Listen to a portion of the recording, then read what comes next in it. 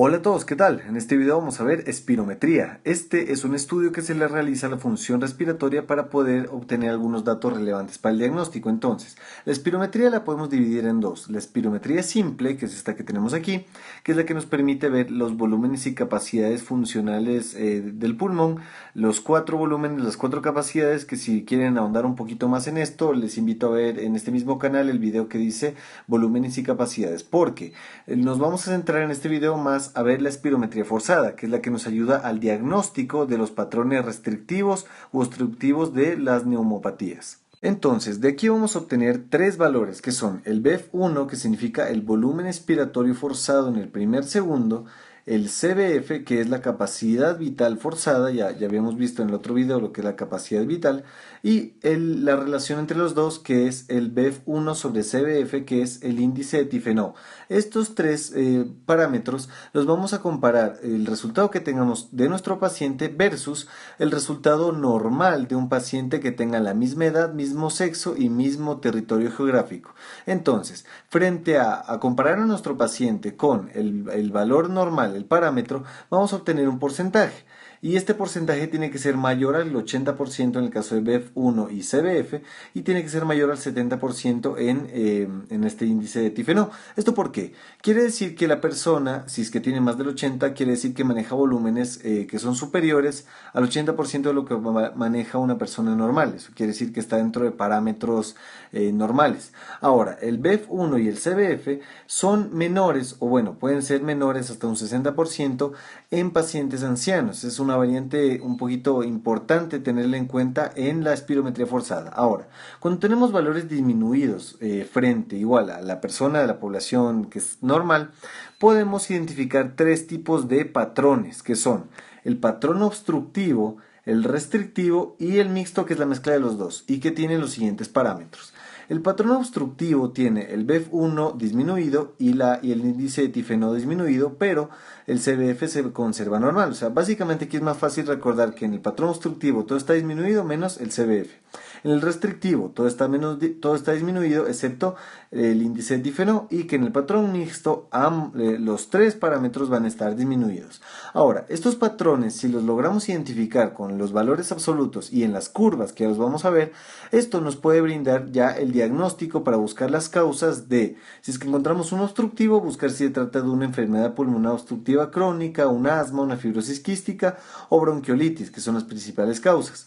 De patrón restrictivo, pulmonares, que serían las neumoconiosis, todas esas, como la asbestosis, como la silicosis, o también va ligado bastante a los antecedentes laborales del paciente, la fibrosis pulmonar idiopática, la enfermedad intersticial, y las causas no pulmonares como miastenia gravis, sifoscoliosis, las distrofias, el síndrome de Guillain-Barré, todas las causas que no permiten estirarle bien al pulmón, pero por causa torácica, o sea, por causa pulmonar u osteotendinosa.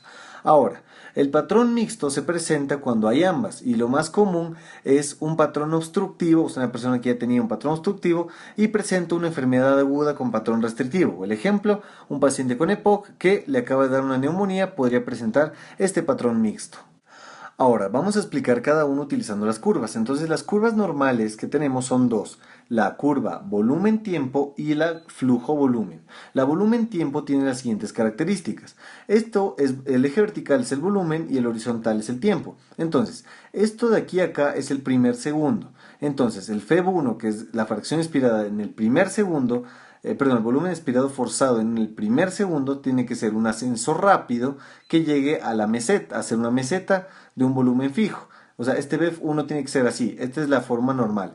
Y ahora, la meseta, o sea, lo que mide desde acá hasta acá, va a ser el CBF, la capacidad vital forzada. Sí, espero que se entienda.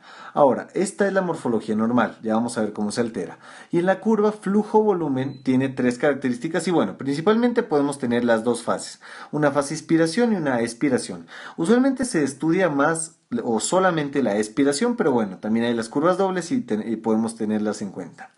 ¿Cuál es la morfología normal? Tiene que tener un ascenso rápido, al igual que el BEF1 de aquí, un ascenso rápido, un pico y un declive que no es tan pronunciado como el ascenso, Pero este descenso quiero que vean que es rectilíneo, ¿sí? O sea, no hace una curva, sino es rectilíneo. Esas características tenemos que recordarlas para poder entender cómo se ve la alteración. Entonces veamos primero el patrón obstructivo. El patrón obstructivo se caracteriza por, como el BF1 se disminuye, recordemos que esto normalmente hacía un descenso rápido y se instalaba en una meseta. Aquí en cambio se está demorando en llegar a la meseta, por eso se disminuye el BF1, porque se va a demorar más. Esto se explica ya que en el patrón obstructivo tenemos una obstrucción a la salida de aire, o sea, hay una resistencia. El aire se queda atrapado dentro de los pulmones y no sale. Por eso es que genera después cambios degenerativos y todo eso. Pero entonces, si el aire no sale, no se registra en el aparato y por eso es que el BF1 se demora todo esto el paciente en llegar a la meseta normal. Esta en cuanto a la volumen-tiempo. En la flujo-volumen tenemos que el ascenso se preserva, el pico también se preserva, pero la diferencia es que ya no hay este descenso rectilíneo, sino se forma una curva. Esta curva de caída es lo característico del patrón obstructivo. Entonces aquí tenemos una gráfica de cómo se va empeorando. Esto es lo normal y esto es leve, moderado y grave. Entonces aquí tenemos la normal, esta es la flujo volumen, quiero que vean cómo progresivamente se va haciendo más curva esta línea y el volumen va disminuyendo. Y en la curva volumen tiempo, esto es lo normal, progresivamente el BF1 se va disminuyendo más, o sea, se va a dificultar más en llegar a la meseta y en la meseta cada vez va manejando volúmenes más pequeños. Eso quiere decir que el paciente cada vez necesita más esfuerzo para manejar los mismos volúmenes respiratorios.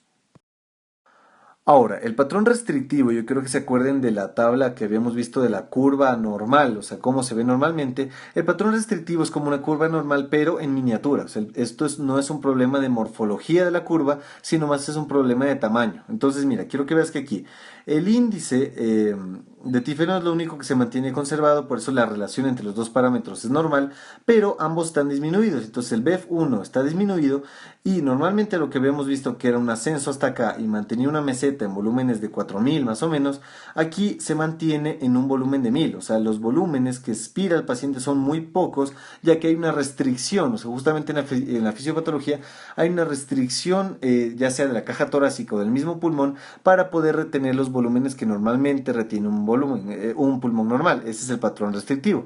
Y en la curva flujo-volumen tenemos igual un ascenso, un pico, pero esto es rectilíneo y no alcanza los valores normales que alcanzaba antes. Ese es el patrón restrictivo. Y el patrón mixto, que sería la suma de los dos, sería el patrón en miniatura, o sea, sería como un patrón obstructivo en miniatura. Y es como lo podemos ver aquí. Es esta pendiente, esta dificultad por llegar a la meseta y una meseta baja. Entonces tenemos todo disminuido. El BF1, el CBF y el índice de tifeno. Y en cambio, en la curva flujo-volumen vamos a tener el ascenso, el pico y tenemos igual esto curvo, como se veía en el patrón obstructivo, pero chiquito, o sea, más chiquito de lo que se veía en el obstructivo. Y finalmente tenemos la prueba del broncodilatador. La prueba del broncodilatador se lo utiliza cuando identificamos un patrón obstructivo y tenemos la duda diagnóstica si es que es reversible o irreversible. ¿A qué me refiero con esto? Si es reversible se puede tratar de un asma, pero si es irreversible se puede tratar de un EPOC, o sea que ya no tiene cura y el manejo de ambas va a ser diferente. Entonces, ¿cómo se hace?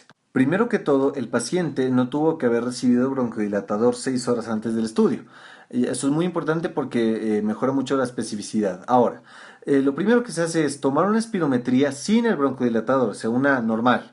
Luego se le da el broncodilatador, unos 400 microgramos de un anticolinérgico, por ejemplo, y luego se le mide, viendo el cambio que va a tener con la broncodilatación. Es positivo si es que el BEF1 aumenta 200 mililitros en la nueva toma, o sea, en la que ya usamos broncodilatador, o aumenta 12% del valor previo utilizando esta fórmula. El post se refiere a la que hicimos después de la medicación y pre se refiere a la que hicimos antes de la medicación. Esta prueba de broncodilatador es muy importante porque si no tenemos el diagnóstico correcto, digamos, entre un asma y un EPOC, no podemos dar el tratamiento indicado que merecería el paciente. Y también tengan cuidado con algunos artefactos o problemas que puede tener la espirometría, que son, por ejemplo, este de aquí, cuando hay cifras que se van hacia abajo, o flujos negativos, eso querría decir que al espirómetro tiene alguna fuga de aire, y por eso es que registra como valores negativos. Esa es la una. La otra es que haya algún episodio o intento de toser, que bueno, hay aumentos instantáneos de flujo en la curva volumen-tiempo, o en la flujo-volumen, hay los aumentos instantáneos sobre todo en la fase de expiración final, donde tenía que ser rectilíneo.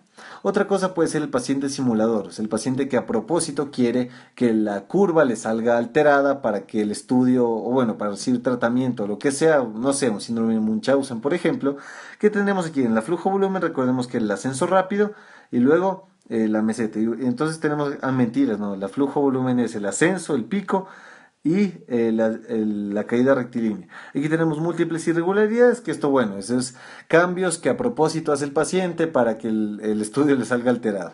Y eso es todo, muchachos, muchas gracias, espero que les haya servido el video. Si es que tienen alguna duda, por favor colóquenla en los comentarios, no olviden suscribirse y les deseo lo mejor, éxitos en sus estudios.